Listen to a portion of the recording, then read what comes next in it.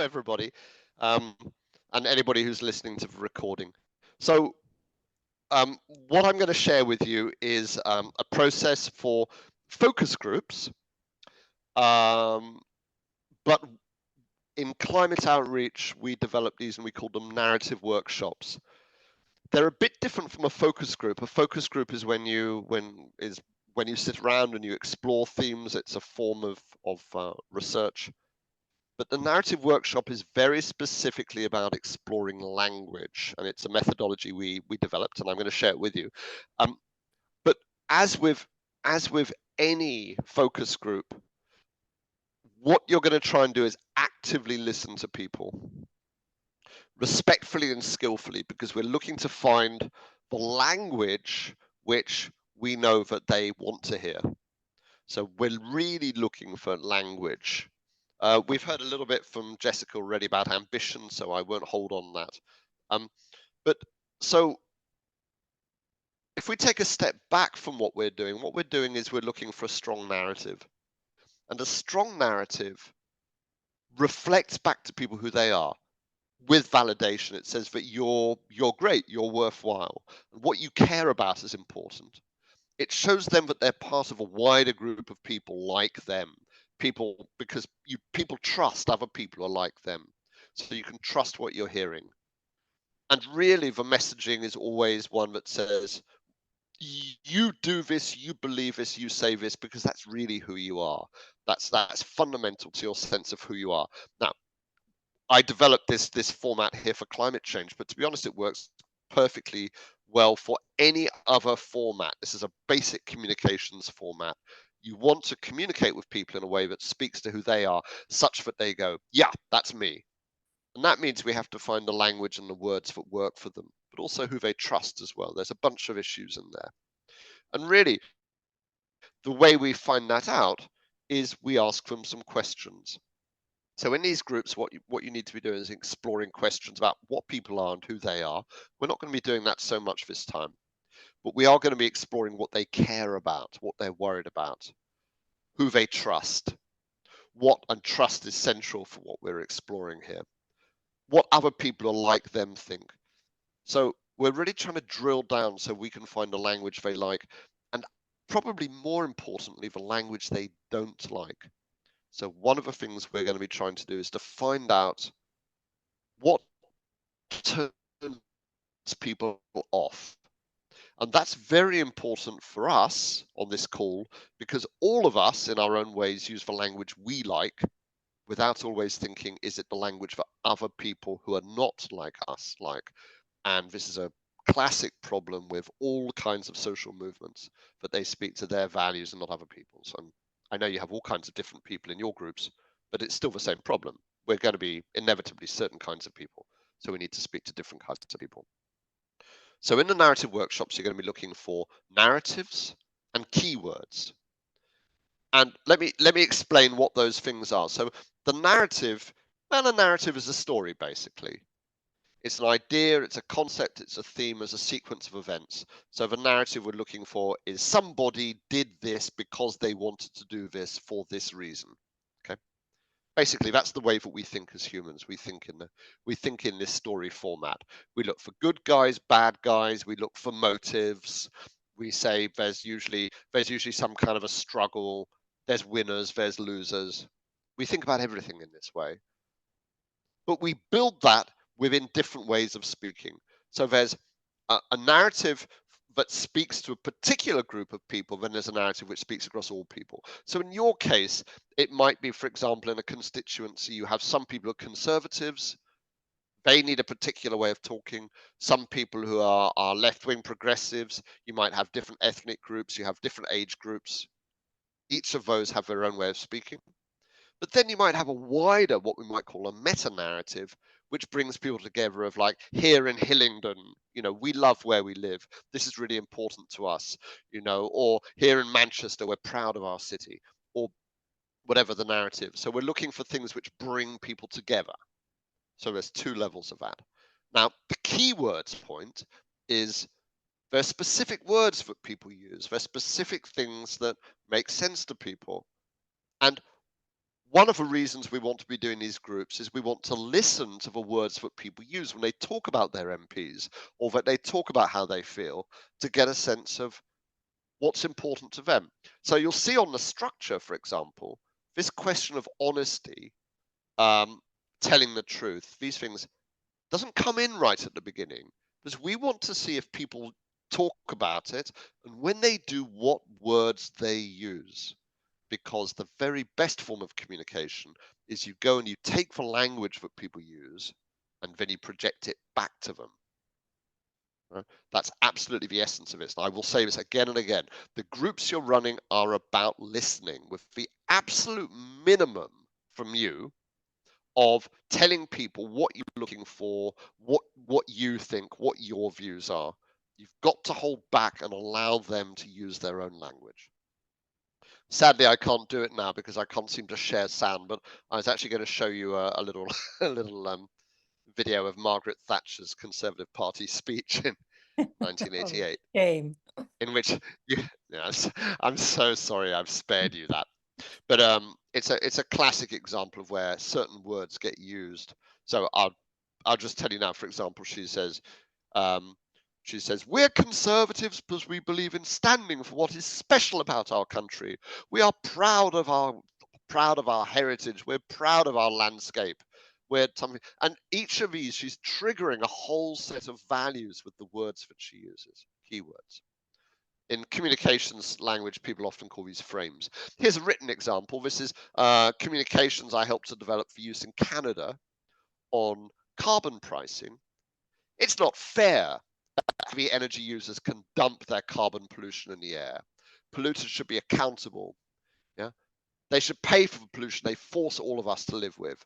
This is a fair way to share responsibility and to reward the companies that are efficient and pollute the least, right? These words, fair, dump, force, accountable, reward, these are all words which emerge from interviews. And this is specifically trying to speak to the centre right, which is a group which is, you have to fight to win, but is critical for getting support for climate change policy, right?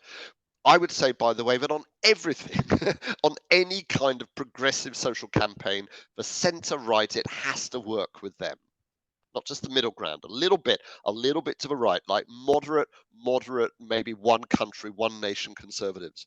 And I mean, a while ago, I was advising Greenpeace on their environmental communications. And I said, look, if you're going to test it with one group, test it with centre right, because what you're saying is going to work well for lefties, for greenies.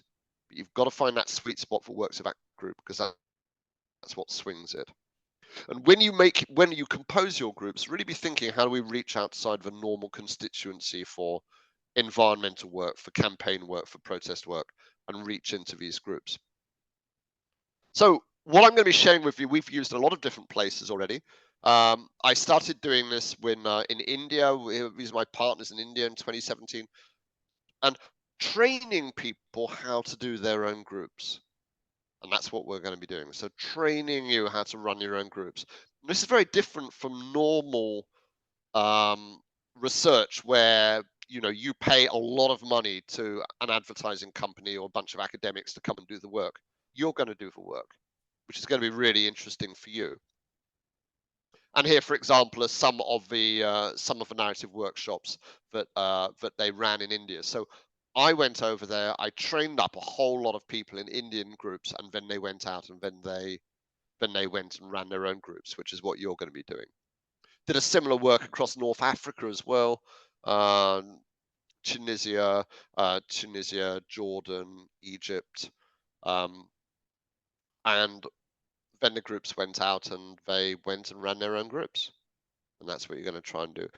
And then the largest one we did was in Alberta. So in Alberta, we had over 70 organizations. It was a huge piece of work. We had 500 people going through narrative workshops. And it was very significant because we were working with partners and they could reach people who normally would be very hard to reach, like people in the oil industry, like remote cattle ranchers, like people who normally no research could find. And that's one of the things I'd like you to do, please, when you do your research. Really try and reach people who normally they might be quite hard to reach. because you've got a contact. Well, I'll come on to that point, right? So I will stop in a little while for any questions. I'm going to go through, first of all, like the general approach, and then I'll go into the specifics of the events. So hold on to your questions, and then we'll go back to it. So the first question is, who is going to be your audience, participants? Who are you going to invite? And I think you've kind of got two options here. One option is that you have a group which is diverse but representing your area. So you might have someone who's younger, someone who's older, someone who's left wing, someone who's right wing, someone who's a Brexiteer, somebody who's a Remainer, and what you try and do within that group is to have a good representation from across your area. A second way of doing it is that actually you go for people who have quite a lot in common. So you go for people who have similar age group or similar politics or similar ethnicity, because it would be very interesting on this to have some groups that were with color. I think again the priority should be people who are not the obvious, more activist, more progressive, more left-wing green types. That's one thing. So I'd say a third option is not those. So either a diverse group or similar group. Now, there's strengths and weaknesses to both of those. The strength of diverse is you might get a better picture of the area as a whole, more of a cross section. But the weakness of that is that people in the group are not going to be necessarily comfortable with each other. The strength of having people who have similar and shared values is that they really start to chime with each other. There's a little magic you get when you have a room full of people who have a similar kind of worldview. Like, so, when I've done this before with people who I know because they've been carefully recruited, that they have, say, grassroots working class conservatives. Once they start talking, they start picking up on each other and they get this little buzz. And then they start going, yeah, you're quite right. Yeah, I agree with you there. And you've got something there. The value of that from a research point of view is that what you're getting there is quite pure.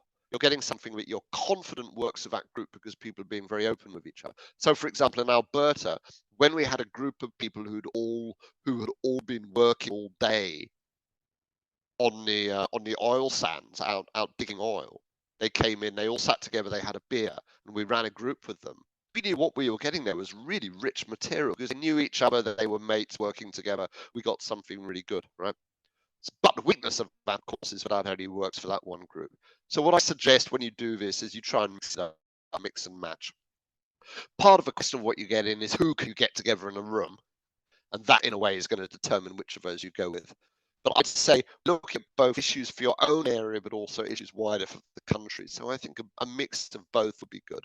I'll leave that to Jessica and Daisy and the rest of you to form out how best to compose the groups. I seem to have stopped moving. So here's some examples of work we've done. So this, for example, and this gives you a sense of what it might look like of having people sitting around. So this, for example, is demographically diverse group of Christians, so they have similarity, and they're meeting in a church. So the venue is an important thing for you. Like, an ideal venue is one where people already are comfortable, where they know each other. So this, for example, was a similar piece of work, but this was Muslim women, and they were in the mosque for Friday prayers anyway, and we just said to them, hey, we'd like to ask you some questions, talk to you about climate change. Could we sit together? And of course, I didn't run the group. It was my colleague Olga who ran it. Because in that case, we needed to have a group for men and a group for women, because otherwise we wouldn't have got the same kind of rich results. So sometimes you have different groups for different people. Here, for example, in India, so this is in a village hall. This is a place where people would be going anyway, but they're Indian farmers. All apart, I think, from the person who's in the group, they're all men, so there's a lot of similarities there. This was a piece of research I did for the Welsh government, who were developing a new energy program. And the energy program was focused on old people, and I just went to I was living in Wales. I went to my local elderly drop-in centre where people came in once a week to have lunch. So they were literally a captive audience. They weren't going anywhere, and they were in the demographic, but they were diverse. There was a whole range of different kinds of people were there, and they were in the place. So you'll see a theme in all of this. Here's another one, by the way. Bradford Conservatives. So diverse in some ways, in the sense that Bradford Conservatives are quite ethnically mixed, nonetheless, very similar in terms of their politics, meeting in the Conservative Club. So in a lot of these places, the location is a key thing. It's something where people are going to be there anyway. So, for example, speaking to Muslim women after Friday prayers is great. They're all going to be there. It's relatively easy to build on the top of that. And that's a major recruiting opportunity. What is important, though, for all of these is this principle that the group you're trying to get is representative of that group. So if, for example, you had a group of if you had a group if it was mixed from across the constituency, you would be hoping to get the same kind of age, class, and political profile that you get in your constituency. Not exactly, but let's just face it. If in your constituency you were trying to get a mixed group and you ended up with a room that was full of retired conservatives, that might be interesting, but it wouldn't be mixed, right? And if you get a group which is just full of left-wing climate change campaigners, to be honest, I don't think it's a very useful group anyway, because it's not telling us anything very new. How many people? Well, go for 10. You'll notice that those groups I showed you were around 10. 10's a good number. More than 12, and people don't tend to get enough chance to talk. It's often a good idea, though, to book in more people. So you get a lot of people dropping out. So it's often a good idea, in order to get 10 in a room, to get certainly to get more than 10 people saying that they're coming. I kind of think if it goes below 5, you're not getting such good results. You tend to get things which are less perfect. But I mean, if you can get 5, you can only get 5. What I'd say is if you can't get 5 people, you're better off just interviewing individuals. So what you could do is you could run the same kind of questions that we're doing here and just do it with individuals. So, for example, sometimes you can't get people together. So I did some research work on bankers, senior finance people. You couldn't get them together in a room because they're very busy people. So I just went to a conference of bankers and I just went around and I asked the same set of questions in very short but structured interviews of people, and I got basically the same results. Not quite the same, because when people are together in a room, they start riffing off each other. But there are other ways of doing it. And you can go out and you can ask people one-on-one. Those results can be rich as well. If you can't get a representative group, in other words, if the group that you're getting is too biased one way or another, well, go out and do interviews of the people you didn't get in the group. So if you end up with a group, if you wanted to do a mixed group and you end up with everybody being middle-aged or older, well, just go out and do a few interviews with young people. Or maybe get 2 or 3 young people together to balance out. You get a sense of what I'm saying. And I want to say this is really important, good enough, good enough. We're not doing this for an academic paper. We're not doing this for Ipsos Mori. We're doing this for ourselves. Nothing's going to be perfect. Just do the best you can. And if it isn't working, just say if what you're getting is limited in some way, to say this is a bit limited. But I think any group you do will be interesting and will be relevant, especially if you can speak to people who wouldn't be for normal suspects. So in choosing your audience, it's like kind of a bit of this and a bit of that. If we had a huge budget, then we could be very prescriptive about it. We could say, right, we want to interview these kinds of people, and we'd go to an agency and they would pay people to turn up and sit in a room, and they would book a room in a hotel. And I've done that kind of work before, and it costs about £2,000 focus group. So we're not going to do that. So we're going to have to get people for free. So how do we do that? Well, one way you could do it is from your own network. Could be people you know, Could be people you work with. Maybe you're a part of an organization or a network or something that you could bring some people together in. No harm at all if you know them, by the way. I mean, in some ways better if you don't, but no harm if you do, because that can bring them in.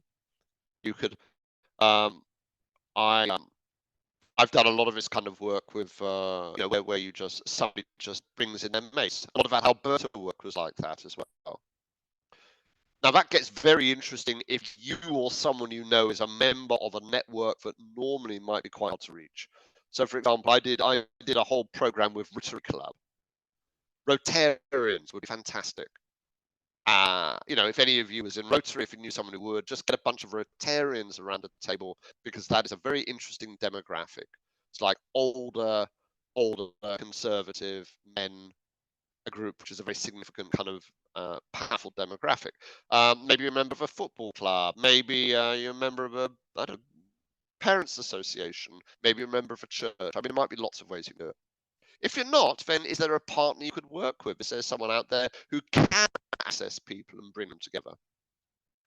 Finally, is there a place where people go anyway? You remember I said, for example, like the Muslim women going for Friday prayers, like a place where people are going to be anyway. That's also great. I think you've got to think creatively about how to do it. I think for a lot of us, the challenge will be how to reach people who are not the normal suspects. Now, maybe if any of you on a call are not, maybe if you do yourself come from like a non-green, non-activist, non-campaigny group, then you can just bring in your friends and do it. When you invite people to come, we can't pay people. You see, normally focus groups, again, if Maury was doing it, Ipsos, they'd pay people. We're not going to do that. So why people to come? Well, generally speaking, people want to be heard. I think if you can, we will prepare an invitation that you can try to bring people in, because you're asking people for a couple of hours of their time. So I suggest, by the way, we're asking for 2 hours, and I think you can say to people quite strictly, it will be 2 hours. So people want to be heard. I think we could say, like, we really want to ask what you think about, what you care about. We need to find a way of talking about this that doesn't give the complete game away, because we want to hear people's views before we tell them what's going on. So maybe again, we'll try and find some good language for this for the invitations, but about the standards of MPs, about MPs in public life. We want to ask you what you think of government and politicians. That might be interesting. We want to hear what you think. A lot of people, as I said, are motivated about being heard. Sometimes we say to people to support your work, maybe less so in this case, but unless we were working with people who are already active in some way. Or people want to come to support your work. Maybe they do. Maybe they already know you for some reason. Maybe they want to support you personally. But you can also say it's fun. One way of doing this sometimes, and I've done this before, I did research in Australia with farmers, and there wasn't a lot going on, and we just all went around a pub, and I bought them beers. I did something similar with sheep farmers in Wales, and I said to me, discussion group, want to hear what you think about stuff, but the beers are on me. That got people in. So there's a question there about whether there's a budget issue. In the case of the groups we run in mosques, I think we actually get people a very nice local, one of the people in the mosque ran a restaurant and provided us with some dishes. So that's nice. If you can offer something to people, you can say, come along for a nice meal, or come along for drinks, or we'll ask you what you think. I think there's got to be some kind of exchange. I think on the invitations, you might want to say new campaign, you might not. We have, again, the less we say, the better. I think it's worthwhile saying we will explain what this is about, but we are not from a political party. We are not from a business interest. I think especially around politics, people like saying about, are you with some party? Are you doing research for Starmer? Or whatever they might say. they're going to say no. So there's some way of saying, maybe you can go the whole way and say, we're looking at starting a campaign, to improve performance of politicians and governments in public life. I think the answer is we give people as little information as possible to get them into the room. We need to find out how much we need to give them. Because, of course, we also want to hear the views of people who won't automatically get involved with this campaign. And they're not going to come if they think what it is, because they're important too. So you need to think a little bit about budget. And again, I don't know if there's money in the pot. I think there might be a little bit.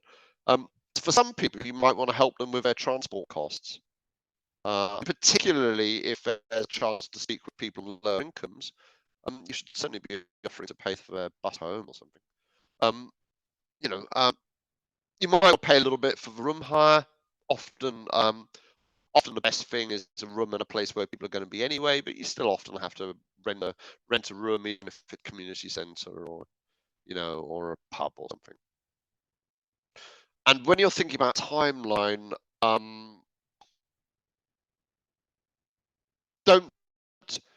you've got to move fast. And again, that's for the people in MP Watch to work out what the timeline is. But I think you need to really get moving fast. I think the starting point probably is venue. The starting point is also reaching out through a partner organization or a partner network. You need to approach them, and you need to move fast on that because recruitment can take a little while. So hit the ground running, and then sometimes getting bums on seats can be work. So I think get a sense of what your audience is and where the venue is, so that you've got a date in the diary. Come along to this, and give yourself enough time to go out there and really try and get people in. And then you've got to allow time afterwards. Then after the workshop, I'll explain all of that what happens afterwards. Okay, I'm going to stop. Right, I've been talking a lot. I'll just go to general discussion. Any questions? Then I'll explain what actually happens in the workshop.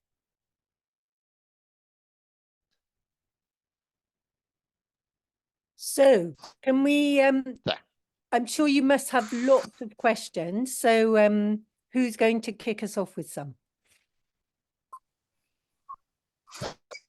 John. I'm only doing this to kick it off. As you know, I'm not. I'm grateful, John. I'm not very gobby much. Hi, and the only question I've got actually is that have you got something that we can read? You're educating us nicely, but I, for one, am not going to remember everything. So will you be sharing something, George, which we can look up as notes? Yes, thanks. Yes, I can. I did when we did the training in Alberta in Canada, we developed a manual for that. And although it's a bit specific to them, what we can do is we can trim it all down. So yeah, what I can't do, of course, is, which is the tricky bit, is I can't tell you. So I can tell you a lot of the detail about how to run the workshops. What I can't do is necessarily to tell you how to get the people in there. I think that's your challenge. I think everybody will have a different approach to that. But yeah, I'll make sure we circulate a manual. I'll trim it down, and that will have a whole lot of kind of like briefing notes on it. Yeah. But also, I would add to what George is saying. George can't do that, but Daisy and I are here to liaise with you as you're working on it, and we're very happy to support and meet with you online to work out the best approaches. For the Walthamstow gang, I could probably come in person as well, since I've got a mate that lives there and I used to live in Walthamstow.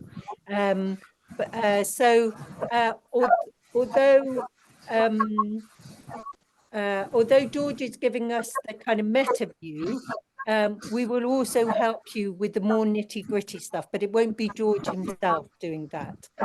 I'll move on to David now, David Leverton. Hi, David. We're getting a lot of noise from somewhere, Jessica. Oh, yes. Noise from somewhere. Maybe it's me. Is it John? People, No, I don't think so. no, it's not me. Oh. Could people switch off their audio? No, it's not you. Speaking. It is noisy. Damon, would you mind switching yours off? Let's see if it's you. I think the host can mute all. Yeah. Okay. It's still a little bit of noise, but David, go ahead. Yeah, so, thank you, George. Interesting stuff. It's surprising how many people I talk to just socially who say they have no interest in politics whatsoever. And I'm not sure whether they bother to vote or whether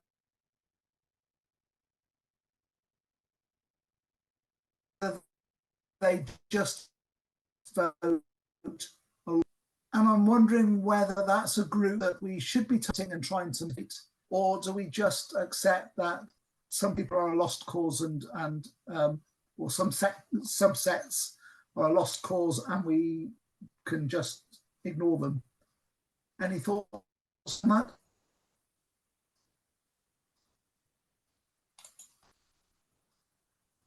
You're muted now, George. There we go.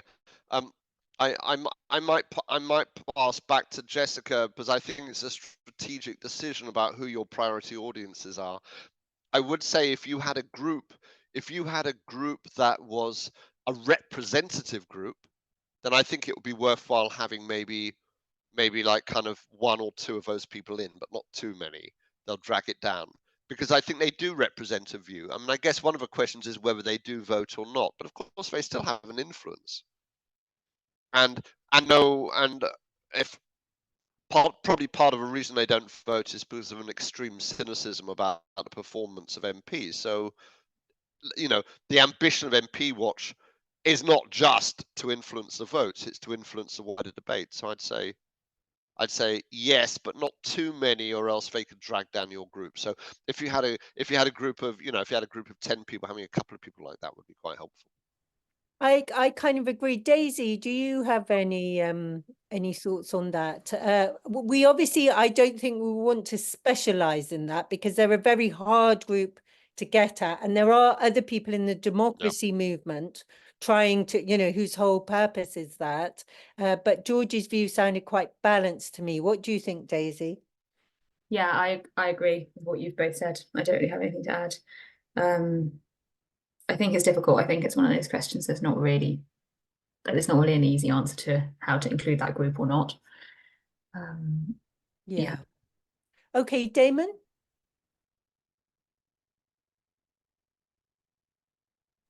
I just had a sort of practical question, and that is that I may have missed this in the talk so far, but what's the sort of practical timescale to organise a meeting? I mean, for example, if I approach the local rugby club in Wickham, it's a very mixed community and it'd be quite good. But what sort of timescale should I talk to them about setting up a meeting?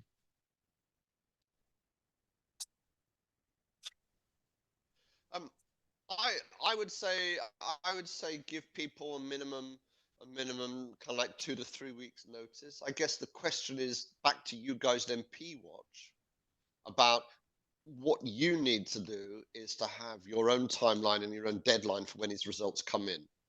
Because my experience has actually often been that you can have a situation where everybody starts coming in late and it all gets delayed. And you need these results because this is just informative. This isn't the core of what you do. So I guess, can I pass back to you for your idea about when you think you need the results by, and then we can work back from.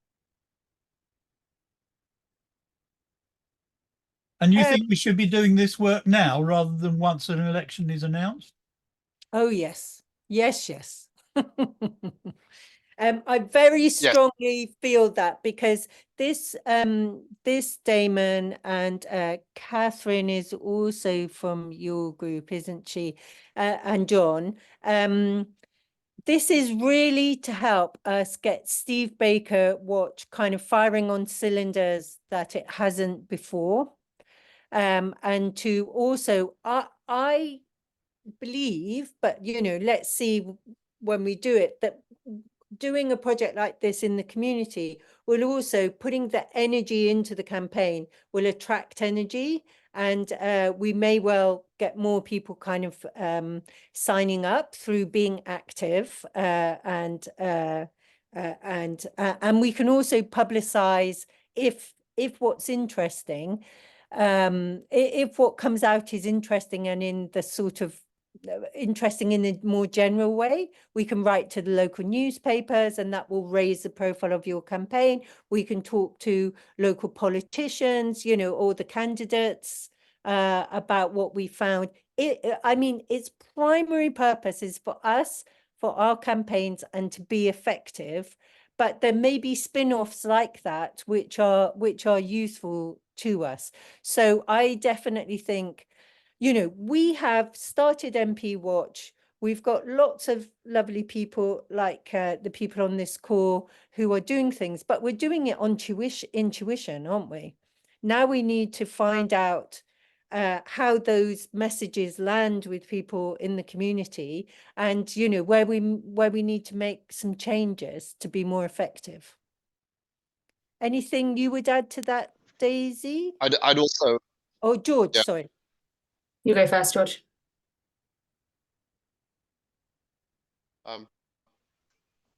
I'd say like as a sort of lifelong environmental activist, for me, doing this kind of intense listening work has been utterly transformative. I've learned an enormous amount from it. It's a very different kind of working, because we're normally on broadcast mode, and it's a listening mode. It's a respectful listening mode. It really helps to get under the skin. So I think for you and for everybody who's involved, it's really, really recommended. I'll say also that sometimes the most useful and valuable thing which comes out is that you find that there's ways of talking which feel natural to you that people hate. I haven't yet done any of this work, and haven't yet done any piece of research program of this kind and not had at least one very clear revelation. I'll give you a simple example for because I've been talking about the work we did with Muslims. Muslims absolutely hate the environmental language about how we have to live within the limits of the earth, which is so built into how environmentalists talk. You know, we're living beyond the natural limits the earth can't provide for us. It fundamentally goes against their sense of God providing for people's needs. And we found that because when we present, I'll show you later on when we do the narrative testing, you'd look around the room and every single person had scratched out that whole section of the narrative in red ink saying, no. That's well, so and I think there's often language like that. A similar thing with conservatives, where in testing with conservatives, we said people have a right to clean air. And the reaction was very strong. They hated this idea of rights, because that spoke to them of a kind of like, you know, left-wing victim entitlement. You only find these things by testing the language, and yeah. By the way, incidentally, also, some of you might be aware that for years now, all the environmental groups have been running a campaign called For the Love Of. The climate change, the climate change coalition, and a lot of the groups in WWF and the Earth and everybody who's been doing it's been doing that. And we helped to design that in climate outreach. And the reason that they went for that, and they went for that program, was because they had other ideas that they thought were really, really cool. And we said, no, hang about, let's test that. And we went out and tested it in particular with conservatives. And they hated it. No one inside the groups had any idea. They were completely amazed by it. So, you know, it's the things not to do often. Sorry, that was a bit too much. I was Any more I was just going to add, questions? if that's all right, that I think the really exciting thing is like being able to do this within constituencies and at a local level as well, as well as kind of drawing out exactly what people react strongly against or what people react strongly to and really resonates with them, that we'll get that at like a locally differentiated level in different places, which means that when you're working in your constituencies, the information you're working with is like relevant locally rather than like people in the UK in general. I think that's one of the things that's really exciting about this project. Yeah, no, me too. And why should it just be like consumerist, you know, people trying to sell us products or political parties who use this sort of approach to enhance what they're doing? It feels really exciting to me for kind of citizens-led projects to test what they're doing and for us to be able to be proactive that way. But I would love I know you want to do a bit more, George, but I'd also love to just ask, we've got 3 particular groups who we're thinking of trying to do this for the first wave, and it would be wonderful to hear from them. So Sarah, David, and is it Julia? There's 3 of you here on this call, aren't there? Do you have any questions or comments to make at this point? I'm still not quite sure how we're meant to recruit people. I think that's going to be the hardest thing, is to actually where to find them and then how to get them to come along. Yes, I mean, other than on some of our MOG watches, we stop people in the street, don't we? But you can't really, that's not really the best way of recruiting them, is it? Stop them on the street corner. Well, what I imagine you'll do, but maybe George would like to jump in, is that we'll get on a call and we'll just do a kind of brainstorm of all the groups that you have access to. That you have access to, and then people that you know who are trusted, who might help you, that they might have access to, and then we'll do, and we'll also have to do a little bit of work and maybe ask people in the political parties that we know, if you don't already know how the constituency breaks down into voter groups, we also need to do a little bit of that. And then we need to decide, are we doing a representative sample, in which case we'll need 3 or 4 networks maybe, or are we doing an intense version into 1 or 2 particular groups? And then we would just need parts of your network. But don't get too, it's all possible, so don't get too stumped or worried about it. We would need to kind of discuss it. I think we've already found with the thermometers and our questions on the thermometers that's been a really good route into talking to people, and I think that we can probably, I'm already thinking of a group, but I suspect we will need to break the constituency down into probably, I'm thinking 3 bite-sized chunks, because of the change in the boundaries. We need Tandem, which is coming into our constituency, but is currently part of the Kingswood constituency that's about to have its by-election. I think we need to leave them alone and not try and confuse them. But I see them as a little subgroup. I see Keynsham as another subgroup. And then I see the Chew Valley, the main sort of Chew Valley, the stockbroker belt being Mog's heartland as being a third. I think it would be quite useful to have 3 different constituencies. And if we could get, I don't see it being easy. I don't think we've got homogenous constituency. We've got No, quite so different I groups. hear you, David, but and we'll work on it. But I think that Yeah. you're talking about geographical areas, and I think probably you should pick one that you would really like to go on, but then break it down into maybe there'll be people in fuel and food poverty.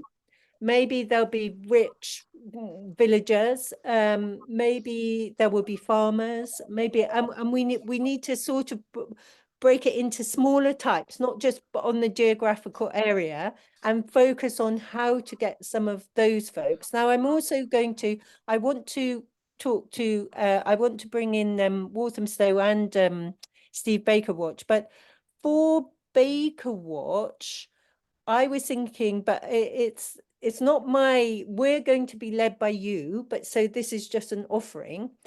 But from my understanding, the two different difficult groups to get to in Wickham are people in food poverty, and people and the I think Pakistani population, but I think there's another group from a different part of the world.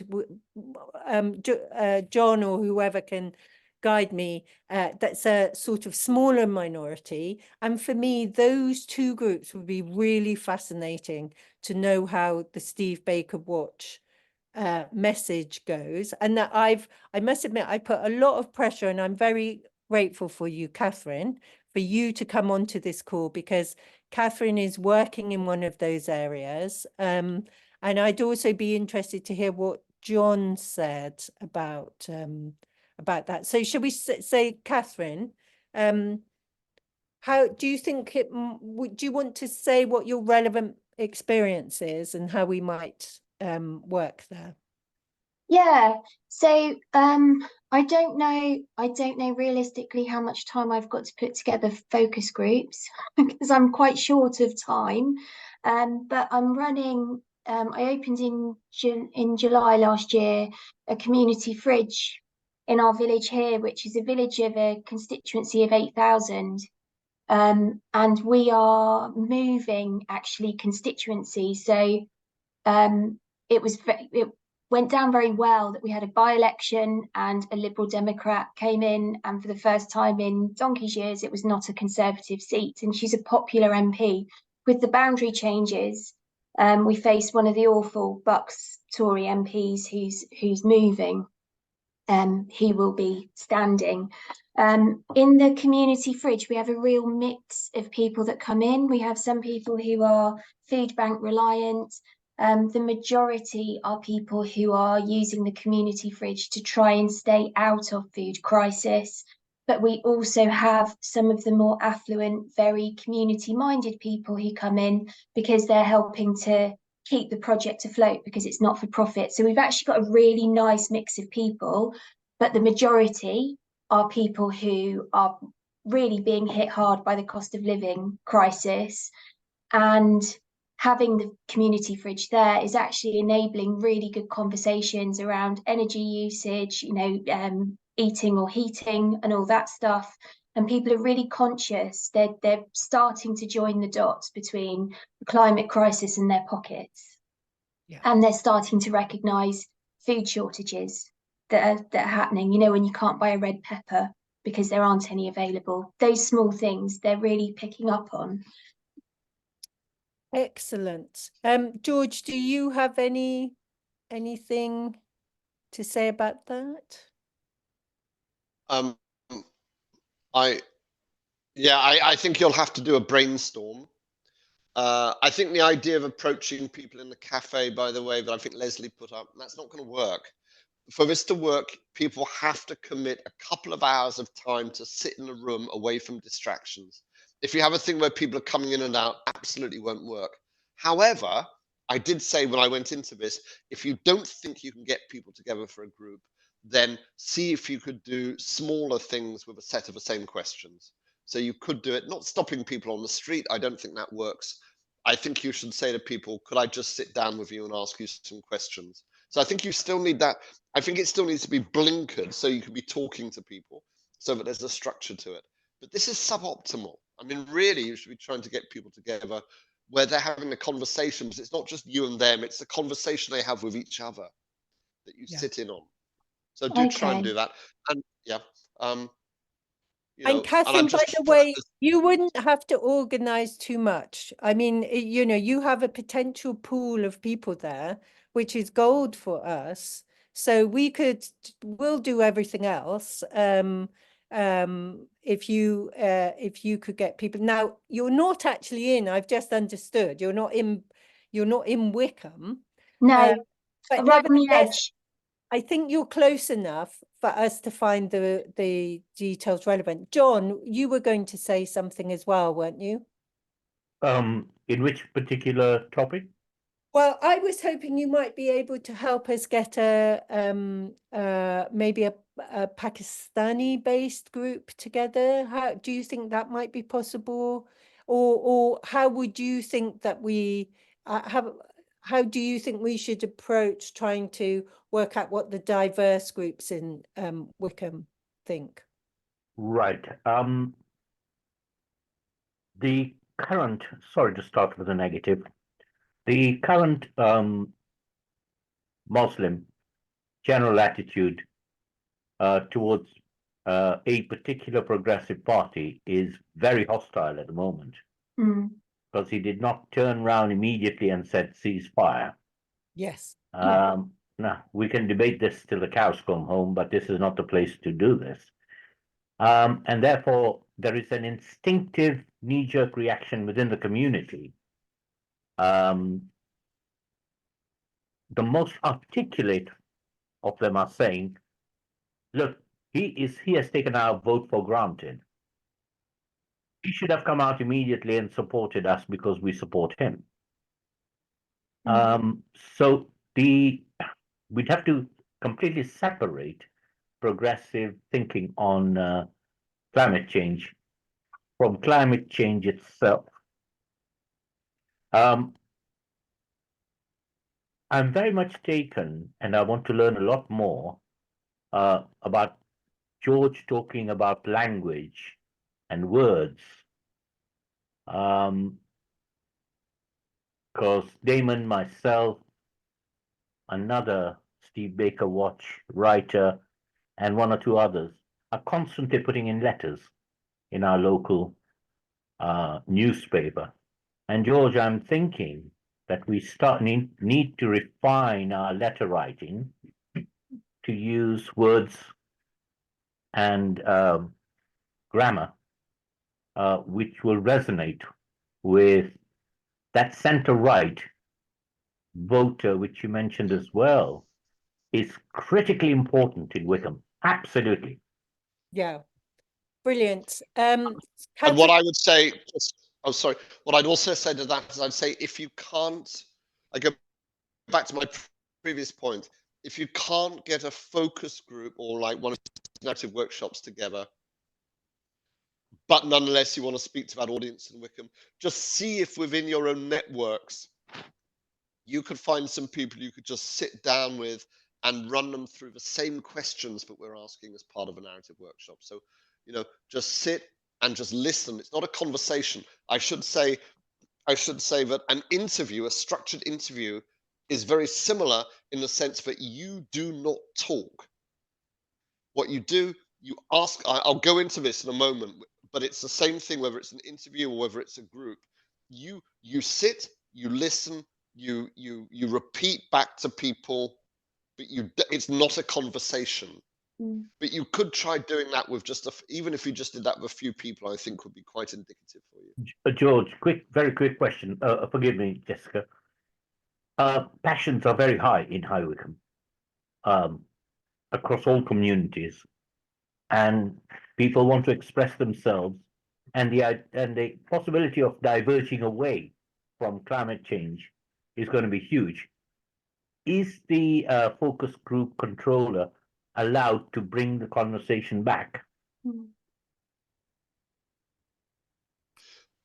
Let's have a look. Let's answer that question when we look at the script. Brilliant. Okay. Brilliant. Thank you.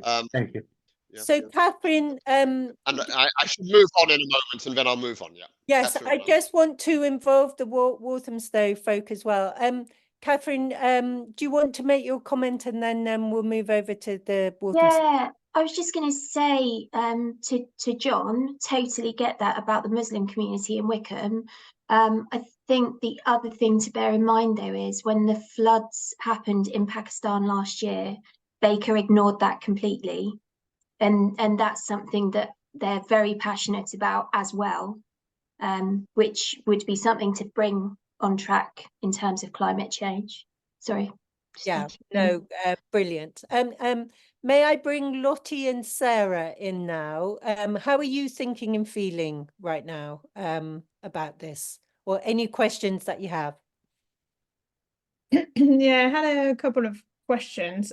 I think we were just chatting about who we wouldn't want to involve, because we're thinking of approaching Stella Creasy, sorry, our MP, in a slightly different way, because she's not fundamentally a baddie, and she could become an ally. So we're thinking of like maybe targeting the type of demographic that she doesn't speak to, and providing her with the narrative and the keywords and stuff that she could use. And that might be also us, because she doesn't actually talk very well to left-wing environmentalists. So we might have to do a focus group with ourselves. That's one thing. I just wanted to know, now, is it a very strong 2 hours or very short interview? Is there anywhere there is a middle ground? Because we do have a stand that we run at the weekend, and it would be a really good way to invite people, maybe. So yeah, but you mentioned that like stopping people in the street is probably not the best way. So, but anyway, we can use that. My instinct is no, but I'm happy to send it. I think you may recruit that way, but that we would need to get them into a location. Oh yeah. What do you think, George? Yeah, I think the same thing. I think that a conversation you have on a street is a very uncontrolled conversation, unless you're doing a survey, right? So sometimes surveys ask people on the street, and you just ask them straight questions, in which case it's very, very controlled. It's like saying, do you think this or this? But but an exploratory conversation, remember, it's not a conversation really, you're not saying anything, you're just listening, doesn't work well. You can't capture what they're saying very well. They're very distracted. I mean, one of the things we're going to do for people who come to these groups is have a sense of who they are. And again, you don't have that if you stop someone in the street, right? You don't. Oh yeah, we was definitely I think not the answer, thinking running it out. so it's not a middle ground, but you might want to. It might be an interesting thing to do. It might be an interesting thing to do with the results, to go out and to test them a little bit more in that. I think absolutely, yeah. But I have to. I mean, Sarah... one of the things you could do. Sorry, George. One of the things you could do maybe with groups on the street would be to try out different narratives with them in conversations with people when we have some initial findings, and just try it out. So in other words, that might be a very interesting place to test narratives. So, I mean, I do this all the time with climate change, like because I work on it the whole time. So if I find myself on a bus or I find myself on a train with somebody from an interesting demographic, I just start talking with them. I just start trying out things and just seeing what works and what doesn't work. Because like if you've got a good ear for it, I'd better go on, Jessica. I'd better go on and continue with you should definitely. But one thing that I didn't feed back to Sarah, I think you're very smart to think of focusing some of the research so it's useful to Stella in your circumstances. I think that's you're ahead of the game there. I think that might be really useful, but we can talk about that off this call. Over to you, George.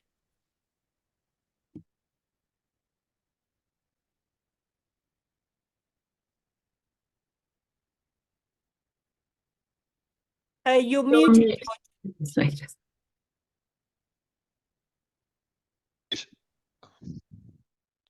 There.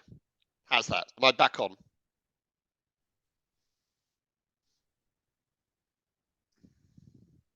Perfect.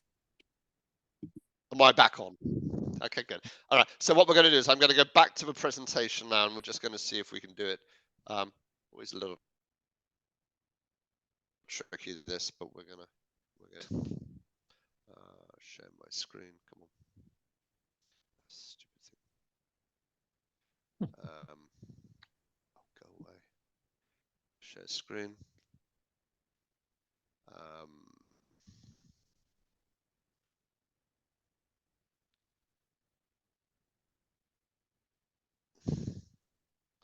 Right. Can you see something now? Yes. The title page. The workshop. Okay, should see something saying the workshop. Okay, here we go then. Right. So you've invited people. You've invited more people than you need. You're doing the best you can. We're not, we're not letting the perfect be the enemy of the good. If you just end up with 5 people in a room, that's fine. You can still have a nice time, whatever works, right? So I'm going to speak you through then now what you're going to be doing with them. In terms of a place to meet, the essential thing, the absolutely essential thing is that there isn't too much background noise. That's because you're going to be recording the conversation, and also because you don't want distraction. So really what you need is a room or a space which is outside of distractions, where you can just close the door. You could potentially do it in a place that was in a, you think about what meets that. You want to have a situation where you running the workshop are sitting inside the circle. I think I quite like it, to be honest, when people sit around a table, because it gives them something to lean on. I think if people are just sitting on chairs in a circle, it feels like Alcoholics Anonymous or something. It feels a bit exposing and not great. Better if people in a way can lean on a table or do something, but you work out the best you can. Avoid conference tables because they're too longitudinal. But the important thing is that you sit as part of a circle, so that you're not standing at one end and lecturing people. Better, to be honest, these are all optimal, and you rarely get it, but you definitely want a room which isn't too cold or too warm. Too warm, actually, in a way, is often as bad as too cold. Daylight is nice rather than horrible glaring neon. Yeah, and you just want refreshments. I misspelled that. To hand, accessible toilets, preferably disabled access. And if not, you should say to people, so sorry that there isn't any. But I think it's that quiet thing, okay? So you get a sense of a venue. Now, what you're going to take along is, well, you're going to make sure you've got I'm going to tell you in a moment about the recording device, but you're going to take along batteries or charger if necessary for that. I'm going to explain in a bit what people are going to mark up, but you need to take pens for them. In particular, everybody gets a red pen and a green pen. They're also going to be filling in some forms and so on, badges, stickers, name cards. I think it's often very good if people have maybe not a name card, but like a sticker on them with a name on. The script, obviously, and I'm going to explain that to you. And each participant gets a pack with things on. So you want to have all of that and take all of that with you, right? And thank you letters, by the way. I think this is a fundamental thing. But you have a little thing and you say thank you so much for coming, and you fill that in. Dear Jane, thank you so much for coming. You've been really, really helpful. And it's a small thing, but it's like it's a mark of respect. By the way, I wanted to say that earlier as well. The spirit of this has to be fundamentally one of respect, especially respect for people who might have different views to you, or different politics, or see the world differently. It's important. You're not doing this as an activist. You're doing this as a researcher, and therefore everybody's view is valid, because in this context they're sharing with you, so they're contributing to your work. Right. 2 phones. I recommend 2 phones. I say recording device. You could do this in theory. We always used to do this in the past with like a little recorder. But These phones have now gotten so good. And there is a program on mine, and in fact you can download it for any Android, which I've now got Recorder on mine, but if you download the app called Live Transcribe, it does two things. It records what's happening and it simultaneously transcribes it. And then it saves it to your phone and you can share it. And that, to be honest, is absolute magic, because what it means is you immediately, coming out of this meeting, have a transcription, A, but B, if we look at the transcription, something doesn't make sense, you can click on the transcription and you will hear the audio for that bit. So you very quickly get a transcription. Now, two phones, because if you have a table, you might have slightly different sound at different ends. Some people might be louder, some people might be softer. So it means you have two sources of sound. One phone might fail or not another phone. My recommendation is that you're quite open with people about recording it, but that you put the phones out before they come. In other words, when you start the group, you say, you've already said to them, we're going to be recording this. We've assured them that this is completely confidential and so on. But the phones are on the table. You're not making a show of saying, and now I'm going to put down the phone that's going to record what you say, because that's like making a show of it. In other words, people need to feel comfortable with the fact that the recording is already up and running. Right. Who's going to do this? Well, I've done a lot of these groups on my own. You can do this on your own, but I recommend having two people. One person, a facilitator, who manages the discussion, and that requires a lot of concentration, to be honest. The second person, who is their backup, the assistant, and I'll run through now what they're going to do. So, facilitator, the person who manages the conversation, right? Your job as facilitator is to get through the script, and part of what we're going to be doing is everybody is using the same basic script. You might tweak it a little bit for your area, but the same script. That way we can compare the results for different areas. That's really important. So your goal is to get through that, but it's to make people feel it's a nice conversation, to be friendly, to smile, to bring them out. Sometime to make sure that everybody is participating equally. I'll come on to that very important point. Yeah, make it nice, make people feel comfortable, draw them out. So the person who's doing that, is best to have somebody who's got really good, friendly, good social skills. Also, ideally, somebody who isn't that easy to place. So, so somebody that the people in this audience are going to feel comfortable with. They're not going to go, oh, it's one of them. Hopefully, they're going to think, oh, it's one of us. That would be very nice. So, facilitators, you are neutral. You have no stated opinion on anything. If someone asks you a question about what do you think, you don't answer it. And the reason for that is because you don't want to influence the results of the conversation at all. And it's a classic issue for social research that the researcher has to absolutely minimize their own interference, because you can pollute the findings. In any way, raised eyebrows, grunts, anything. You are very, very hard to read. Sorry, I can't see people. Did someone want to say something? Okay. Active listening. Active listening, you listen. You don't talk. You say what's on the script, a few other words maybe, but you keep it very calm. You show an interest in what everyone says. You nod. You say, yes, that's really interesting, right? Sometimes the conversation might not flow. You just go, okay. You don't feel this need to desperately fill the space, because sometimes it can be quite fertile space. Something comes into it. You reflect back to people. So you might say, so Daisy, what I hear you saying is this.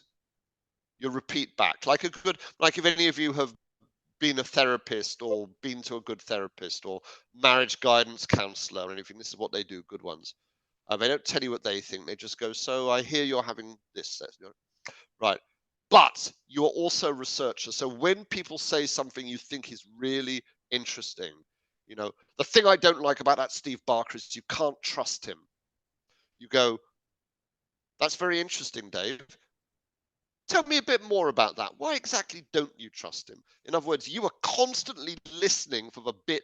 Look, this is these groups are like DNA, you know, like most of it is shared with a banana and isn't of any function whatsoever. You're probably in truth looking for 10% of the total content is of value. So when something comes along which is valuable, drill down. So what does that mean? Yeah.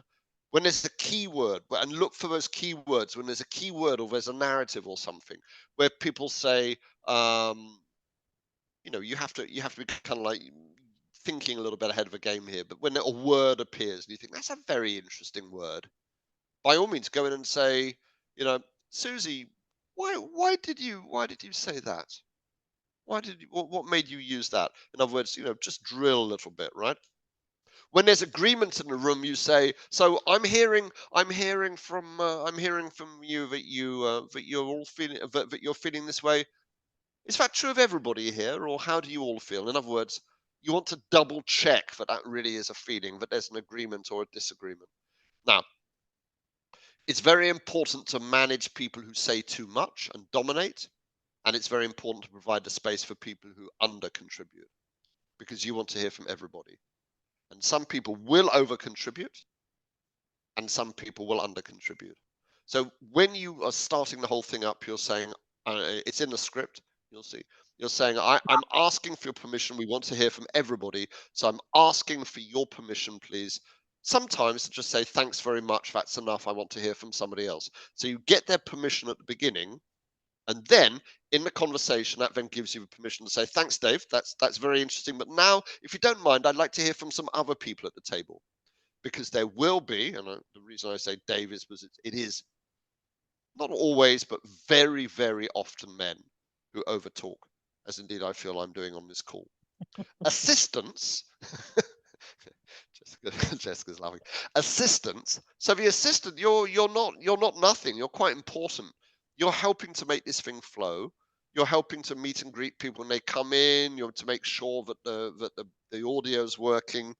But what you're also doing is you're a second pair of ears. You're sitting and you're listening to what's going on.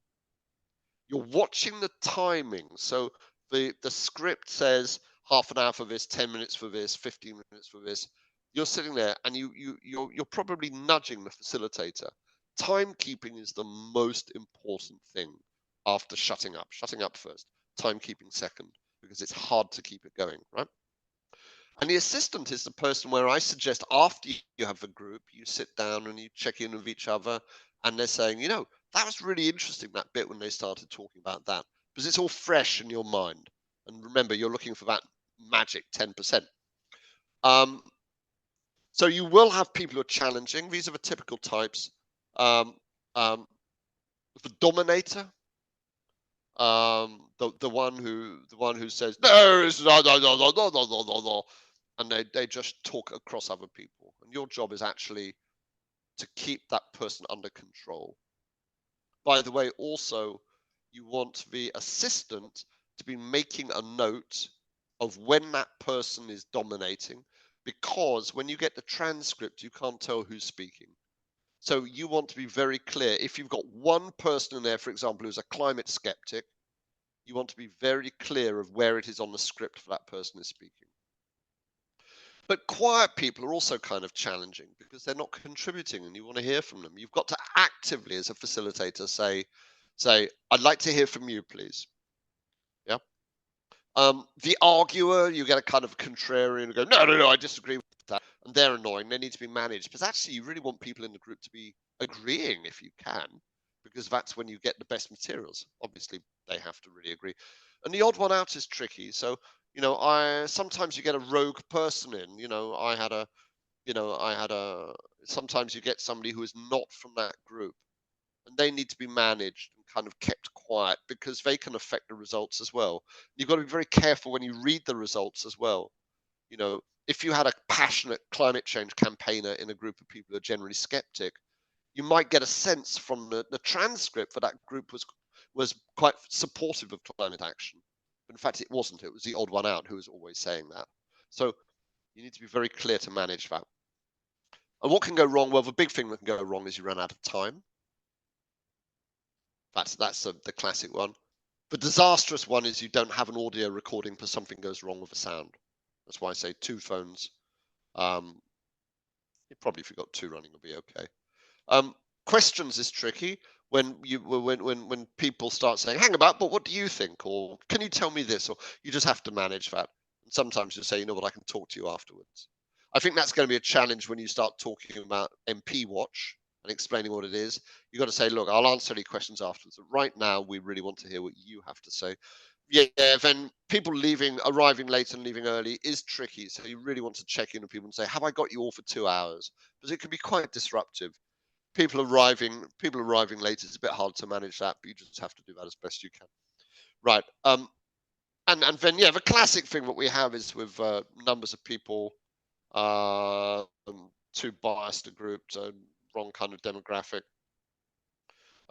You really want to double check the venue. I've had some horrible situations with the room at the venue not being available, or people can't find the room, or there was roadworks outside, or you just anticipate these things as best you can and double check before you do the event. Probably is be on the safe side. So when you get there, arrive nice and early, make sure everyone can find the room, lay out refreshments if you've got them, prepare everything, lay out the phones ahead of time. Right. Then when people arrive, welcome them. They're going to fill in a form which is about them. Now, one of the things you say to people, you say, look, this is completely confidential, okay? So you don't, we can do everything here on first name terms. You don't even have to use your real name. You know, it's just what we're going to call you whilst we're in the group. Because this is, people really need to be assured of confidentiality, especially these days, right? When identity theft and so on is so important. And you need to do that also because you're going to ask them to fill in a form. You can say to them, if there's questions here you don't want to answer, please don't. But basically, we need to know something about who these people are. So we need to know a bit about their age, about their education, about their class, although that's sometimes a bit hard to ask for, but we maybe can have some general question about their kind of occupation. You'll be given materials on that because we need to think about that. I mean, it'd be very nice to ask them what party they voted for, but that might not be possible. Maybe we can talk about that a little bit afterwards. They're going to put their name on a sticker so that they can be, we know their names, right? And they're going to put their name on their pack. In other words, we need to know who they are so we can tally it all up. Now, by the way, here's a useful little hint for you facilitators, is that if you want to particularly identify someone who said something, like they said something interesting or so on, you can say, thanks very much, Judy, that was very interesting. And then you know that person on the transcript was Judy. And that's very helpful because then you can go back in and you can say, oh, Judy's a middle-aged nurse who votes Labour. And you've got something demographically valuable there, right? So, use people's first names a lot in the transcript. So I'm going to explain now the structure of it, how it works. Everybody does the same structure. Everybody does the same script. 3 parts, although strangely there it appears to have turned into 4. You start, it's called the funnel structure. So you start broad in terms of general questions, and then you get more and more specific as you work your way down. Those general questions are often quite interesting. You learn a lot from them. You're going to be provided with a script. Daisy's working on that. That will be sent to you and be sent around to you. That might be tweaked a little bit as we go through, but it will be this kind of format here where you'll see on one column there, it's how many minutes to give to something. There'll be the questions. This I see is also from my faith group. Tell me about your life as a blank, whatever your faith is. How important is your blank faith to you in your life? So that's the core question. And then you'll see alongside a little bit of notes about things to listen for. So that's not your script. That was from another piece that I did. But it's that kind of thing. It's going to explain to you very precise words. And some words you'll really want to stick to. So, for example, when you explain what MP Watch is, you'll probably want to read straight from the script, because the words will be carefully chosen. When you introduce people and they sit down and you explain what you're going to do, you probably want to read straight from the script, because we'll have careful words for you there. Right. This is what's going to happen in the format of the 2 hours. First 10 minutes, hello, this is what we're doing here. This is what's happening. This is the toilets are down the road there. We're going to have a break halfway through. This is what we're going to be talking about. You say to people, we haven't completely explained who we are, but we will be doing that after the break. I think it's very important. There's a point at which people are going, well, hang about, I'm not going to say anything more if I don't know who you are. So you've got to say to people, no, we'll be telling you all of that. You get the permission. You say, if that's very important, by the way, where you say, look, if I want to hear from everybody. So if any of you are saying, so please, I'm not being rude if I just say, please, like, let's hold that there because I want to hear from somebody else. It's just because I want to hear from other people. Of course, in a way, you are being rude. You're telling people to shut up, but you're doing it in a nice way. And then an icebreaker, and we'll have something there which gets people talking, gets them buzzing. I think maybe something about, like, what do you love about Walthamstow? Something positive which makes people feel that they all have a sense of being together in the same place. The second part is then very general. The trick here is we're waiting to see if they come up with the core concepts for MP Watch. What do you think about the politics in the UK? And what do you think about the politicians? Very broad questions. And by the way, this is why the transcript is important, because we're looking to see for the words that people use, these keywords, for the narratives, for the way they talk about it. Yeah. Now, they might go off on one, and you might have to pull them back. Like, they might go off onto Boris's parties or something. You might go say, okay, let's think if we can talk about other stuff. Right? Or you might want to drill down on that. You might want to say, well, what was it about Boris's parties that was an issue for you there? And we're very interested to see if issues of trust, lies, honesty start to spontaneously appear, and in what form, because that is so powerful for us, right? Now, if they say that, then you can drill down and say, what do you think politicians are dishonest about? But if it hasn't, then you raise the issue, right? So, and by the way, this isn't the final contents of the script, but it's just giving you a sense of what's in it, because I haven't got the latest draft. Then maybe we have a break, then maybe not. There will be a break in the middle. My recommendation is, I think we have the break in the middle, then we have what I call the reveal. The reveal is important. The reveal is the point at which you say, okay, now I promised we'd say what we are. We're MP Watch. This is what we're doing. You really stress the fact we're all volunteers. We're from all kinds of different walks of life, all kinds of different politics. We just care about stuff we want to see it. How does that sound? And then you're going to ask some questions about that. What do you think of that? So from this point on, people know who you are, but that's good. They're giving you good, honest feedback. You might be testing some of your own language. You might be saying, how does this sound? But the first part is in some ways the most valuable, because it's what people say without any prompting. So that's giving you some rich stuff, but this is all valuable. Yeah. What do you want politicians to be honest about? We would do, sorry, Daisy, because I realize we've changed the idea since then. We'll probably have people filling in stuff, a form in their pack, of ranking the things there so that we can capture it. We're just trying to get a sense of, like, it's a bit like a survey, but it's a survey where people talk about it afterwards so that they compare their notes. We're going to ask people specifically about climate change. We might ask some questions about how to get people involved. There's a bunch of questions there. Then the final section is what we call the narrative testing. And the narrative testing is where we've got, Daisy's done a really nice job of writing up 4 different narratives. Now, narratives are like little speeches, and they're organized around different themes. So Unjust Present, for example, is quite angry. It's like, this isn't fair. This isn't fair. You're all crap. We hate you. Narrative, public service might be, we recognize it's hard for MPs, but we want to hold them to account. We want the good ones to be rewarded, but we want the bad ones to be, to be really knocked out and not voted for.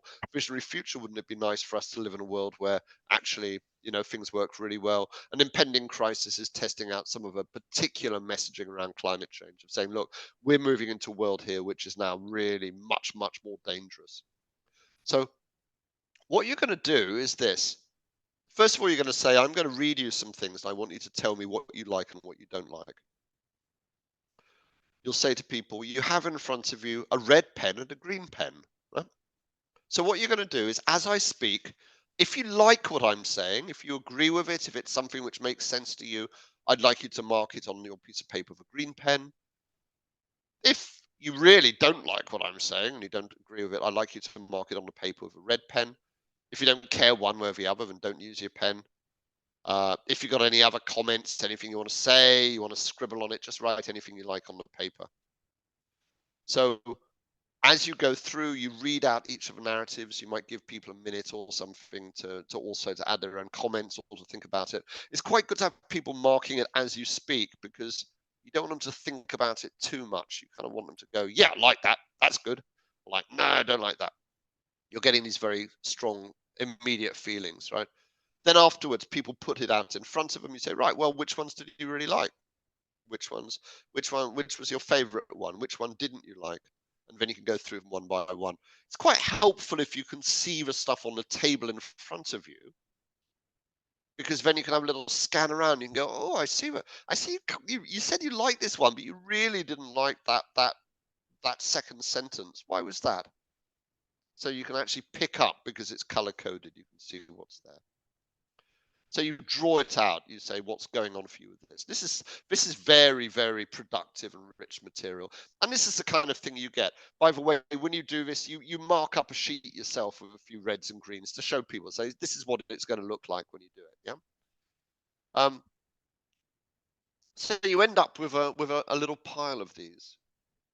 And where it gets very interesting is then when you compare these, which you can do, but also you're going to send them in to Jessica, Daisy, me, and we've got a former colleague of mine who's going to be helping out with this, I hope.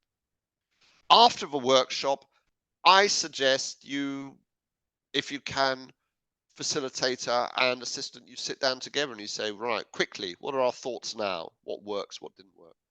Then when you get a little bit of time, it won't take you long if it's on your phones. You just get that transcript, polish it up a bit. I think, to be honest, I think it'll take you, an hour or two.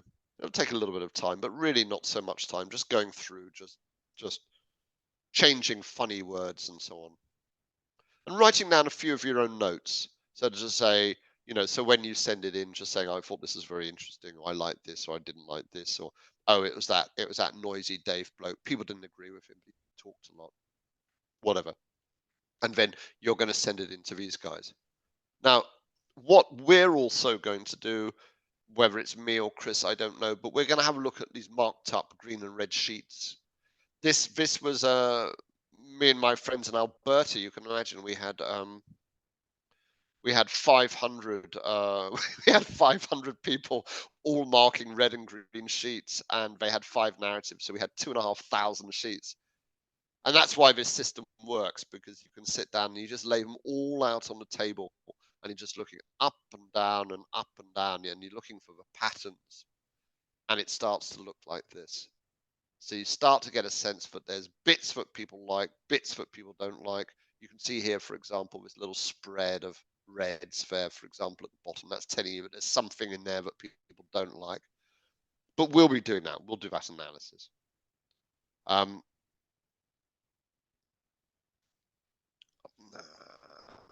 Is that it? Yes, I think that's it for me for now. So now I can go. Any other questions? We've got another 10 minutes before we end. So, George, I think that for the first wave of people, then we will run the workshops.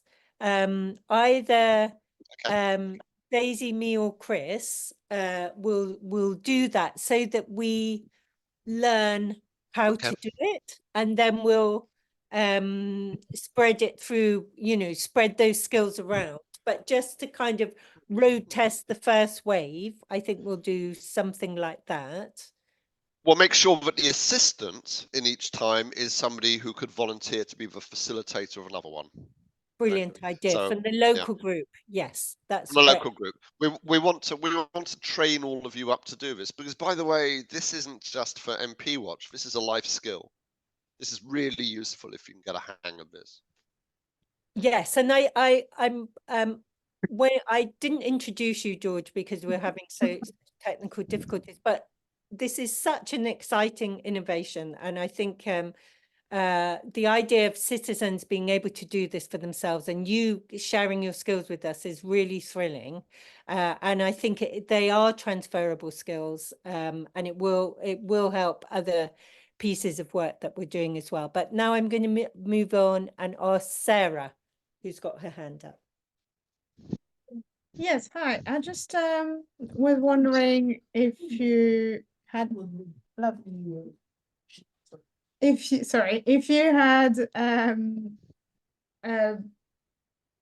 sorry, I've lost my train of thought. Anyway, do we have to do it about MP Watch specifically, or can we have a script that is more around, like specifically around the climate crisis, regardless of MP Watch? For these first ones, and for this program, the MP Watch one, but you will then have skills to do variations on the theme, should you want to, Sarah. But I think it's very important for us, as the sort of national campaign, to also sample what it feels like in, say, an urban area like yours, in the the countryside, in Wales, for the is so. We won't be encouraging too many variations on the theme for the first one anyway. George, did you have something? Yeah, I totally agree with that. I think, I mean, I think you'll be getting material related to your area anyway, because I think as soon as you ask people what are they concerned about and what do they think about, we might want to put a question in there about saying, what's your particular concern for where you live here now? You can get that material. But it is important that some of these general questions are broad, because we're looking for the messaging for MP Watch as a whole. So on the one hand, you want to be finding what are the specific areas for your concerns to your own area. That's great. But we also want to be testing, and we can only really test well if we're doing exactly the same thing in each place, with the same questions. And I think, for example, that particularly goes for the narratives at the end. I think that's particularly important, that those are things which are exactly the same in each place, because we're testing to compare. Because especially, by the way, because I think it's quite likely that we will be finding that we have some groups of the population that we're only testing in one of your MP Watch areas.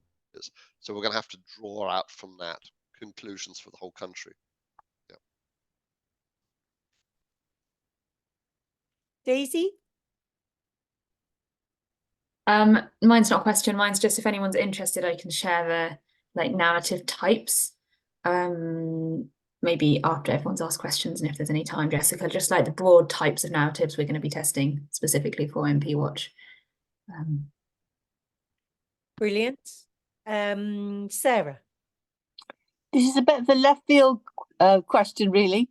Have you had any issues with colour blindness with the red and green? That's such an interesting question. No. but thank you for raising it. I think no, but let's put that down as a question we ask people if anybody has an issue of red or green. I think if we did, then what we would want to do would be to put a little piece of tape around their red and green pens, for example, so we could say, no, but thank you so much. No, let's put that in the script. My dad is red-green colorblind, and I think as long as your like green pen is, say, lighter, then it's okay if they're like tonally the same. But like colorblind, yeah, I think there are like definitely ways around that. Colorblind people have to learn to deal with traffic lights. It's such a good question. It never occurred to me. Yeah. Well, thank you. Yeah, like the top tip is to make like say like one of them, if it's a darker shade and a lighter shade, they'll be able to be like, okay, I'm using the light pen for green. Great. Fantastic. Any more questions?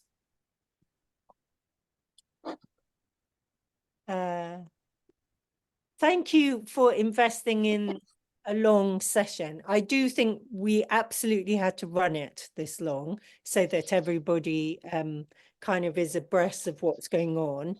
But I understand it's a, Thursday evening. I'm grateful for your time and energy. Did you have anything? You did a thumbs up, Catherine. Did you have anything? Do you have any further questions about your particular setup? No, not at all. It was a thumbs up for thank you. Could I ask a brief question to George, please? You can, sure, and then we'll go to David afterwards. Oh, sorry, No, David. no, John, Hi, John. it's fine. George, right, so locally and nationally, a lot of us monitor social media chatter. In the past 3-4 months, there has been an absolute explosion of reform supporters. Reform are possibly one of the ugliest oppositions to climate change. Can you speculate how this explosion has come about? Certainly, if they were holding focus groups, yes, but how many can you get into a focus? What, 100, 200? It just seems to have swept across UK and, sorry, not UK, England mostly, and certainly locally. Yeah, I mean, these aren't focus groups, are they? They're very, I mean, maybe they have done focus groups. They probably don't need to. I mean, I knew that, when I talked to some people from UKIP, and I asked them about their research, and they said we didn't do any research because they're speaking to people who are like themselves. So they're all getting completely worked up. I think the challenge for MP Watch is that it's trying to reach wider, if you're trying to reach into a wider audience. But if you've got a bunch of, if you've got a bunch of people who very passionately share a similar worldview and set of politics, it's relatively easy. And there's a lot of social media there because they're all extremely agitated and worked up. And for all I know, it might be bots, and it might be all kinds of stuff which might be just pumping it out. I mean, that's entirely possible now as well. But as I said, the challenge for MP Watch is that it's going to try and speak broader than a single audience. Now, that's why we need to be doing these groups, I think, is to try and understand that. Yeah, great. Thank you. David? Yeah, just trying to understand what the next steps are. You said that you and Daisy and possibly George are going to facilitate the first session, and then we're going to do our own. So are those going to be, where are those going to be held? How's the first session going to be? Where's that? So one will take place in Mogwatch area, hopefully. Okay. One in Walthamstow and one in Wickham, where Steve Baker is. If you guys are up for it and want to do it, which we very much hope you will. We will. Daisy doesn't work so many days as me, but I will get on Zooms with you, and Daisy will when she can, and we'll talk about possible locations. As George says, getting the locations will decide what groups are reachable from your network. And what would be the most interesting to your campaign and to our campaign, to the wider network. And it'll be a process like that. Does that make enough sense, David, or does it still leave questions? No, that's fine. So are we thinking that they'll just be, because we're talking about you facilitating and somebody else being assistant, and then the assistant can facilitate. Are we thinking that that the focus group might have a series of sessions or just one? Is it a one-off? Initially, it will probably be one, unless we decide as a group we're passionate about doing two on the same weekend. I imagine that I will be coming to stay in your area, and we'll be there to set up. I'll need a bunk up Yeah. tonight.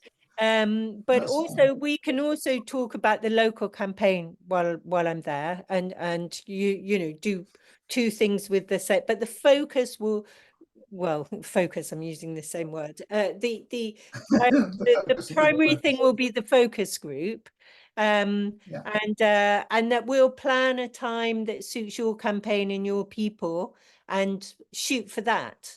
You know, as George says, it's kind of a good enough process. So we'll, you know, there may be a couple of slips where we have to put something off for some reason, but we'll try and set a kind of timetable and an approach that is doable for you guys.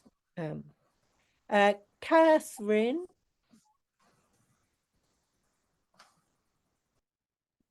Hello, only a quick one. Are Compass getting involved locally? Do you know? We haven't reached out to them yet. I'm sure they'll be fascinated. Compass have only ever been helpful to us. So if you want to talk to local Compass people about it as well, they might help, then please do. Awesome. And where I am, we're kind of in the middle of three constituencies, Baker being one of them. So we can try and pick out people from the villages in his constituency that border us quite easily. Yeah, but I mean, I'd be interested to hear what George says. I think that people probably won't be completely different, you know, if they live 5 miles into one constituency. Yeah. Okay. So I think a good enough thing. It will probably, the information that we're doing will probably serve all three constituencies and be to them all. Catherine, you'd agree with that, wouldn't you, George?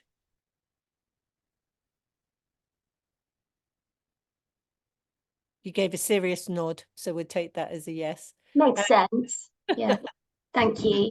Sorry, stop. Yeah, no, that's yes. Daisy? Oh, you're muted, Daisy. Sorry, I thought I clicked it.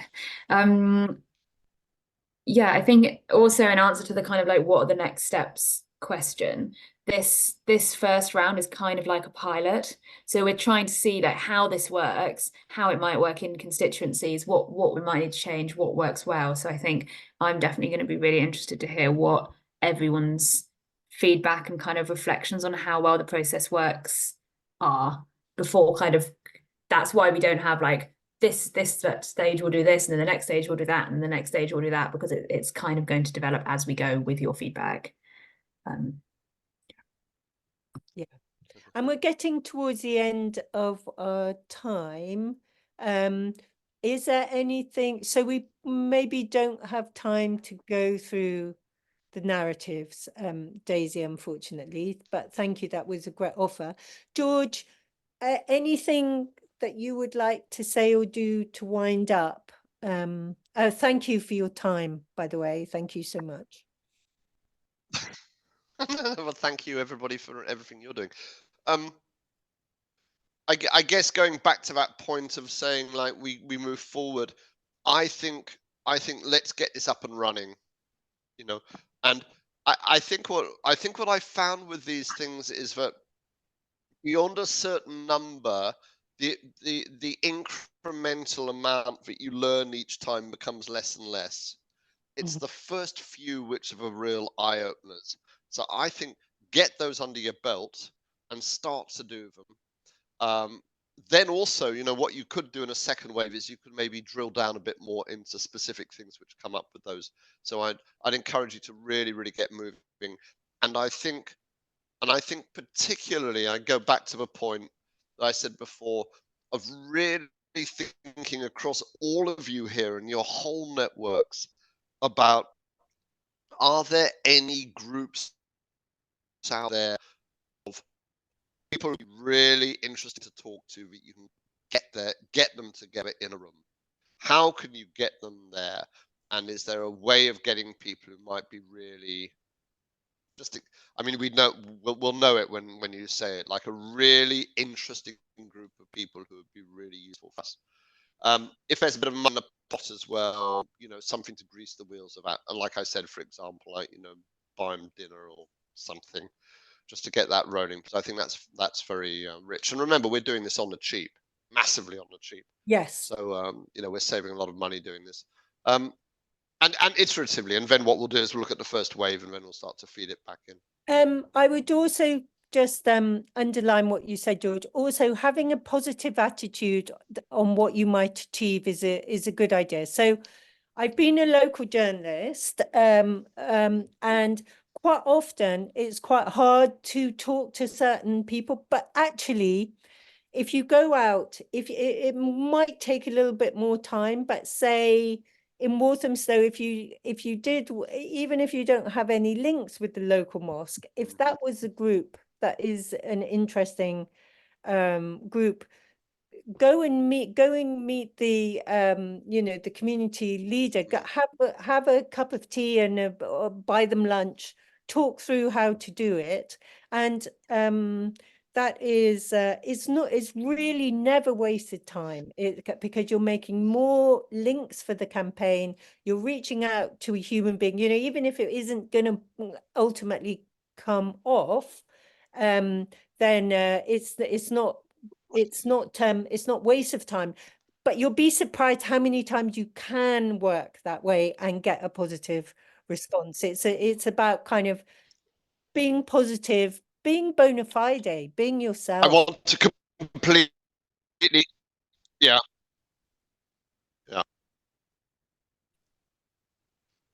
Yes, George, what were you? I want to completely support that. Think about where there might be people and approach them, and remember, very often this thing sometimes people are just so glad to be asked what they think is powerful. You know, I showed a picture there of me sitting around the table of Brad Conservative Association. They didn't ask me. I wrote to I'm trying to really hear from Conservatives what they think of climate change, what's important to them. Because much of the we hear is just from left-wing people, and we really need to hear from you.